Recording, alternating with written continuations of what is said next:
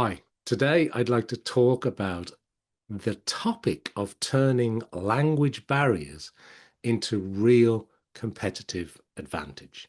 Now, despite years of investment in localization, in platforms, automation, and global content strategies, many companies, many organizations are still operating with very much fragmented workflows.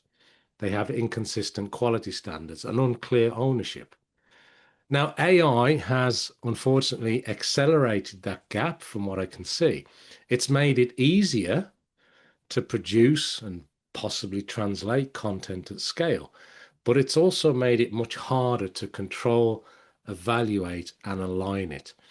Multilingual capability today is limited by, I would offer, operating systems, not necessarily technology.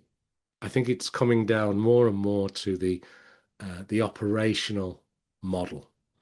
Translation, it's often disconnected from upstream decisions. We see that from time to time because systems and processes have not kept pace, not because of leadership intent. That's not it. I think it's content gets created, it gets adapted, it gets evaluated, often within silos. And then you've got AI amplifying both the efficiency, but also amplifying the risk. And the organizations that we see pulling ahead are not the ones discovering localization as a strategic idea. They're the ones redesigning how multilingual content is produced, how it's governed, and how it's measured in this AI environment. So, as the market is more and more shaped by AI, global digital distribution, and the rising expectations of localized experiences by end users and customers. Language, it certainly isn't a secondary concern. It's a strategic capability, and there's a few environments that illustrate this very clearly. For example, in the European Commission, there's a level of complexity that most enterprises maybe are only beginning to encounter. This experience, just as one example, offers a real blueprint for localization buyers navigating this intersection of language and technology and AI. At the core of that particular example, it's a shift perspective. It's not a barrier to efficiency. It's a system, multiple languages. It's a system that, when properly designed, it actually helps to drive the consistency. It definitely drives reach, and it certainly builds trust. If I reflect, the European Commission began experimenting with machine translation back as early as maybe the 70s, long before most commercial organizations even thought it was viable. Early systems that were very limited, of course, they were often rule-based and very rigid, but there was a beginning of an adaptation. Now, over the decades, all of this has evolved from statistical machine translation into today's neural and AI-driven systems. What's noticeable is the not just the adoption of this new technology, but the learning that accompanies it. Each wave of innovation it becomes integrated into workflows, and it needs to be balanced with human expertise. For buyers of localization type services, I think this is a key learning. I think it's a key lesson. The technology often doesn't create the value. The value emerges from how technology is embedded into the process, how it's governed, and how it's aligned with your business outcomes.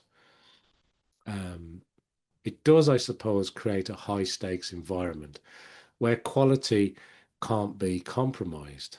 Um, Many institutions have developed sophisticated frameworks for quality assurance and terminology management and risk-based workflows. As AI continues to accelerate, content production and organizations are facing even newer challenges. The volume of content is expanding faster than traditional localization models can actually handle. At the same time, expectations for quality, and relevance remain high. Customers certainly expect that content feels local, it's accurate, and it's culturally appropriate. That's regardless of the scale. On one side, AI enables the rapid translation and the content generation. On the other hand, uncontrolled automation introduces risks, inconsistencies, brand dilution, regulatory exposure, and if you're not careful, a loss of trust. So, one of the most important practices is probably focusing a little on the segmentation of content by risk and purpose. Not all content obviously requires the same level of attention, treatment, whether it's linguistic precision, human intervention. Whereas legal texts, regulatory communications, and customer facing materials often demand rigorous human review.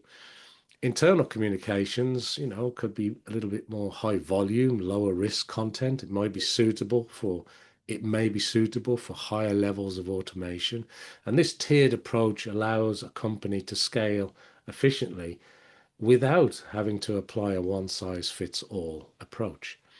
Another critical area to think about is terminology governance. In multilingual environments, consistency, it's not just a linguistic concern, it's a business requirement. Inconsistent terminology can lead to confusion. It can definitely weaken your brand identity, and in some cases, create legal ambiguity. So, whether you're an institution like the one I mentioned, or you've invested heavily in centralized databases at this stage, you may have controlled vocabularies, and ensuring alignment across languages and across your departments is important. So, for buyers of localization services, this highlights the importance of treating terminology as strategic data rather than just a language or a linguistic asset. AI systems, particularly neural machine translation and large language models, they're highly sensitive to input quality.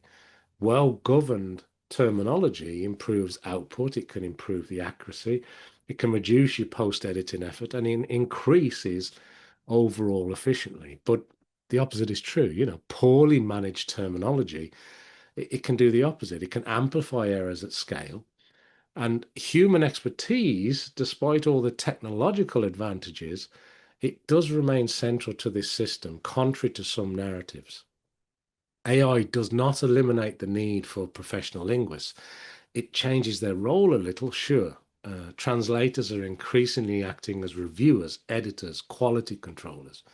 They're responsible for evaluating machine generated content, understanding its contextual accuracy, its cultural accuracy, and making judgment calls that AI doesn't reliably, consistently replicate. Now, post editing, quality evaluation, prompt design, and domain specific knowledge are becoming core competencies at this stage. Localization teams need to be trained not only in language, but also in working effectively with AI systems. And again, from a buyer's perspective, this has a lot of implications for vendor selection and partnership models. The focus, I don't think, should be solely on the cost per word, but on capability. Can your partners operate within an AI augmented workflow? Do they have structured quality frameworks? Can they support terminology management and continuous improvement in this AI environment? Now, as a result of these questions, they've overtaken traditional procurement metrics in importance. We're already seeing that. European institutions and global companies who have built ecosystems that combine whether it's MT engines, translation memories, terminology databases, and all the workflow management systems, these components are not deployed now in isolation. They're interconnected. They're enabling data reuse. They're enabling consistency and scalability. And for enterprises, particularly, this underscores the importance of what I term platform thinking. Localization shouldn't rely on fragmented tools or manual handoffs, certainly not. It should be supported by integrated systems that allow content to flow efficiently from creation to translation to publication. Now, APIs, content management systems, localization platforms, they need to be aligned. AI can enhance this ecosystem if the underlying infrastructure is coherent and if it is robust. Human resources strategy is often overlooked in discussions about localization and AI, but I'm putting forward that maybe it's more of a critical factor and needs more attention. Um, Success in certain areas is where people have had to manage large teams of translators while introducing new technologies. This required clear communication, role evolution, and continuous training. I suppose resistance to change is often reduced when professionals understand how their expertise is being redefined, not replaced. And organizations, again, I would offer that overlook this risk, they create internal friction and underutilize technology investments. Again, for buyers, what does this mean? Well, it means engaging not only with external vendors, but with internal stakeholders. That could be marketing, could be legal, could be product, certainly includes customer support teams. They all interact with multilingual content in some shape or form. And alignment across these functions becomes more and more necessary to ensure the consistent standards and the efficient workflows. AI adoption in localization, it is a transformative organizational strategy. It's not just a technical upgrade.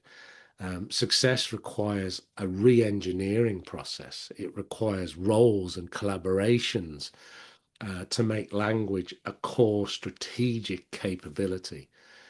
Of course, we can't not mention data governance. It's another critical consideration. AI systems rely on large volumes of linguistic data. Translation memories, domain-specific content, they're all valuable assets. However, you may also introduce risks related to confidentiality, data protection, and compliance. So you need a strong regulatory framework, and that has to address these issues rigorously. Secure environments, controlled data access, clear policies, often essential. For enterprises operating in regulated industries, similar, if not more stringent safeguards may be necessary. So you should evaluate how vendors handle data. How do they train AI models? How do they protect your sensitive content? The future of localization is increasingly shaped by generative AI. Large language models, we know, can produce fluent, context-aware translations to some degree, and it can even generate localized content from scratch. This certainly expands the scope of what localization can achieve. We move beyond translation into transcreation, content adaptation, multilingual content strategies. However, it also increases your need for oversight. Generative systems, they can introduce subtle inaccuracies, hallucinations, bias, cultural misalignments, and without the proper controls or a proper partner that can manage those, these issues can scale quickly. You need an emphasis on quality frameworks and human validation, and that remains, I think, highly relevant in that context. The opportunity, however, is significant. AI can reduce turnaround times. We've seen it lower costs for certain content types. It can enable broader language coverage, and it can support real-time communications, personalized content, and those important dynamic user experiences. But capturing this value requires disciplined implementation. Companies need to define clear AI use cases, establish quality benchmarks, and continuously monitor performance. Metrics need to go beyond speed and cost to include accuracy, consistency, and user satisfaction. So localization, it's no longer this linear process. It's a dynamic system that combines human expertise, linguistic data, and intelligent technology. The companies that can demonstrate that this system is in place can work with a partner to make sure that's how it's working correctly. they can be scaled much more effectively, even in the most complex environment. Um, Experience shows that when supported by the right infrastructure, governance, and partner, it actually enhances rather than hinders performance. Again, the implication I think is somewhat clear. Um, Language, it has to be integrated into your strategic planning. It's not treated as an afterthought. I know for many companies it hasn't been for some time. But investments in technology should be matched with investments in processes, people, and data. Vendor relationships should be based on capability and collaboration, not just a cost efficiency. And look, the organizations that succeed will be those that approach localization as a core business function, one that directly impacts market reach, customer experience, and brand integrity. And in this global economy where communication is instantaneous and expectations are local, multilingual capability is the competitive differentiator. So the next phase, it's not about recognizing the value of this, it is about operating this at scale. So the companies that get this right, I don't think they will just translate faster or more cost effectively. They will compete smarter. And I think that's important.